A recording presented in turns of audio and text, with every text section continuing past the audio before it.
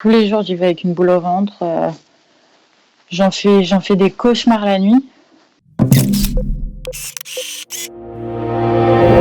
Je m'appelle Eva Seraf, j'ai 22 ans. Je travaille actuellement dans une agence d'auxiliaire de vie sur Paris. Aujourd'hui, on y va avec la peur de leur faire du mal, avec la peur de... Parce que c'est eux les plus fragiles en soi, donc... C'est cette peur-là que j'ai tout le temps, du matin au soir. Je vais chez un monsieur le matin qui est dans le 20e arrondissement pour lui faire la toilette. Donc une aide à la toilette, c'est quelqu'un qui sait bouger, etc. Mais il a quand même besoin d'une aide à la toilette. Une fois que j'ai fini avec cette personne, je me rends chez une autre personne qui n'est pas très loin, à 10 minutes à pied. Donc c'est un autre monsieur qui a 70 ans aussi à peu près. Qui est alcoolique, donc c'est un petit peu plus compliqué. Depuis le confinement, on y va seulement pour lui faire le repas du midi et lui préparer une assiette froide le soir. J'ai des gants, des masques, sinon j'aurais refusé parce que c'est trop dangereux et j'ai extrêmement peur.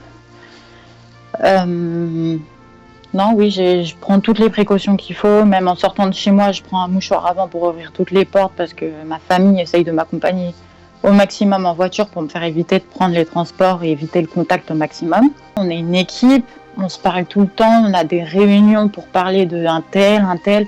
On communique énormément par les réseaux sociaux. Tous les jours, il y a des messages, bon courage pour cette journée, soyez forts. Donc c'est grâce à ça qu'on arrive à se lever le matin, à sortir de chez soi pour quand même essayer d'aller aider ces personnes. Avant, les auxiliaires de vie, on n'en parlait même pas. C'est pour avoir des masques, on nous autorise à avoir des masques et encore aujourd'hui, on n'arrive pas à en avoir. Il y a certaines pharmacies, quand on y va, ils disent non, c'est seulement pour les médecins, on les garde pour les médecins.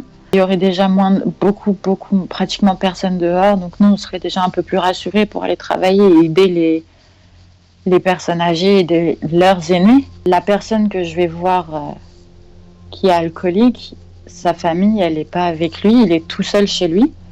Et tous les jours avant que j'arrive, il m'appelle. C'est à quelle heure que tu viens? C'est quand que tu viens? Quand il voit qu'il est un peu tard ou quoi? C'est quand? Machin. Bon, je vais manger, je t'attends, etc. Ça leur fait plaisir de nous voir. C'est la seule personne qui voit dans la journée.